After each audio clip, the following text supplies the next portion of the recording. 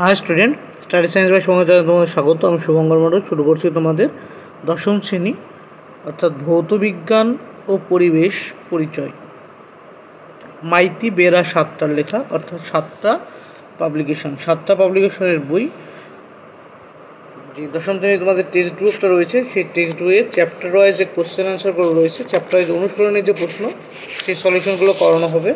দেখো তোমাদের এই ভিডিও সলিউশনে চ্যাপ্টার নম্বর 6 চলতরিৎ চ্যাপ্টার কোশ্চেন আনসারগুলো করাবো।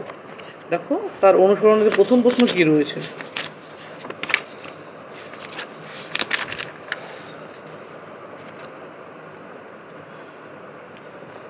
দেখো 1 নম্বর প্রশ্ন বলেছে, নিম্নলিখিত কোনটি তড়িৎ আধানের একক?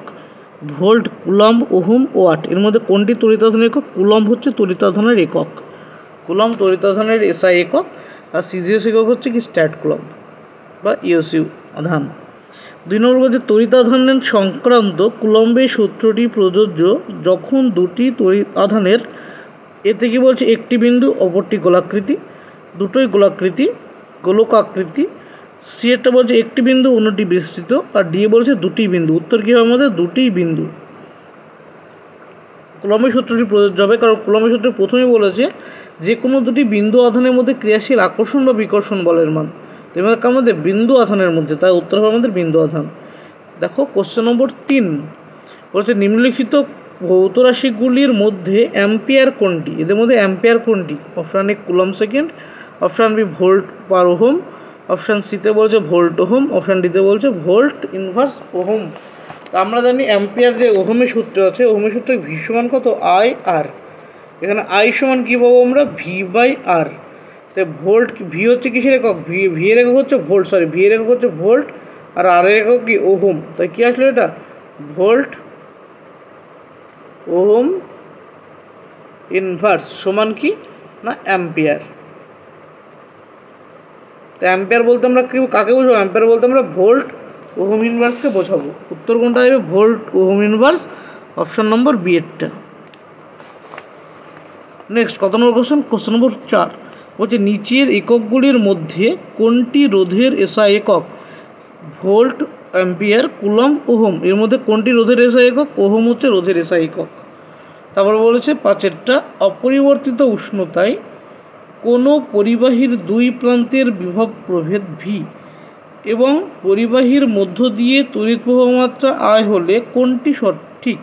এটা ওহমের সূত্রের গাণিতিক রূপ। ওহমের সূত্রের গাণিতিক রূপ কী হয়? V varies as I. এটা হচ্ছে আমাদের উত্তর। নেক্সট 6 নম্বর প্রশ্নে কী বলেছে দেখো, তড়িৎচালক বল ভি, কার্য ডাব্লু ও আধান কিউ এর মধ্যে কোন সম্পর্কটি সঠিক? উত্তর কোনটা আমাদের? অপশান ডি এরটা আমাদের উত্তর, কিউ সমান ডাব্লু বাই ভি। পরবর্তী প্রশ্ন 7 নম্বর, আবিষ্ট তড়িৎ প্রবাহমাত্রার অভিমুখ জানা যায় কোন সূত্রের সাহায্যে? আবিষ্ট তড়িৎ প্রবাহমাত্রার অভিমুখ জানা যায় ফ্লেমিংয়ের ডানহস্ত নিয়মের সাহায্যে। কোন নিয়ম? ফ্লেমিংয়ের ডানহস্ত নিয়মের সাহায্যে। 8 কি বলছে, পরিবাহীর রোধ আর, দৈর্ঘ্য এল এবং প্রস্থচ্ছেদ এ হলে কী হবে আমাদের? আর সমান কী হবে? রো ইন্টু এল বাই এ আসে, তা আর সমান কত? এল বাই এ হবে উত্তর।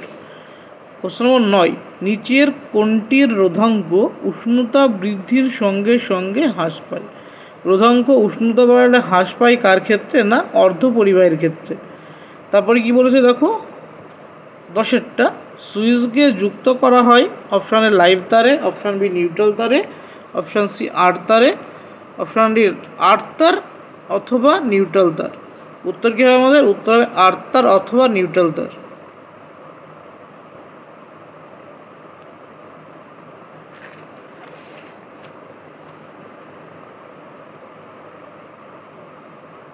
তাহলে 11 নম্বর প্রশ্ন কি বলছে, ফিউজ তারের বৈশিষ্ট্যটি কি? এই যে সুইচের কোশ্চেন রয়েছে, সুইচকে যুক্ত করা হয় কোন তারে? সুইচ কিন্তু লাইভ তারকে কী করে? বিচ্ছিন্ন করে, তাই উত্তর এটা না হয়ে লাইভ তার হবে। কোশ্চেন নম্বর 11 বলেছে, ফিউজ তারের বৈশিষ্ট্য হলো অপশান এ রোধ উচ্চ, গলনাঙ্ক উচ্চ, অপশান বি হচ্ছে রোধ নিম্ন, গলনাঙ্ক নিম্ন, সি হচ্ছে রোধ নিম্ন, গলনাঙ্ক উচ্চ, ডি হচ্ছে রোধ উচ্চ, গলনাঙ্ক নিম্ন। উত্তর কী হয়? ফিউজার হচ্ছে উচ্চ রোধ বিশিষ্ট এবং নিম্ন গলনাঙ্ক বিশিষ্ট হয়। উত্তর হবে অপশান ডি এরটা। পরবর্তী কোশ্চেন নম্বর 12 নম্বর বলেছে দেখো, বাড়ির বৈদ্যুতিক বর্তনীতে মেন ফিউজটি যুক্ত করা হয়। বাড়ির বৈদ্যুতিক বর্তনীতে মেন ফিউজটি কোথায় যুক্ত করা হয়?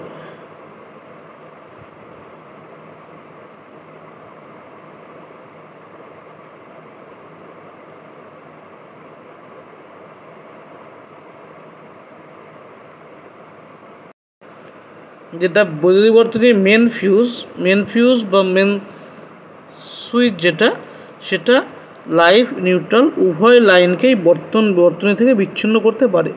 বর্তনী থেকে বিচ্ছিন্ন করে লাইভ নিউট্রাল উভয় তারকেই।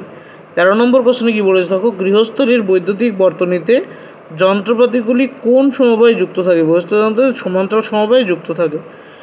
কোনো পরিবাহীর মধ্য দিয়ে 2 মিনিটে 12 কুলম্ব আধান প্রবাহিত হলে তড়িৎ প্রবাহ মাত্রা কত হবে? কি বলছে, 2 মিনিটে কত কুলম্ব? 12 কুলম্ব।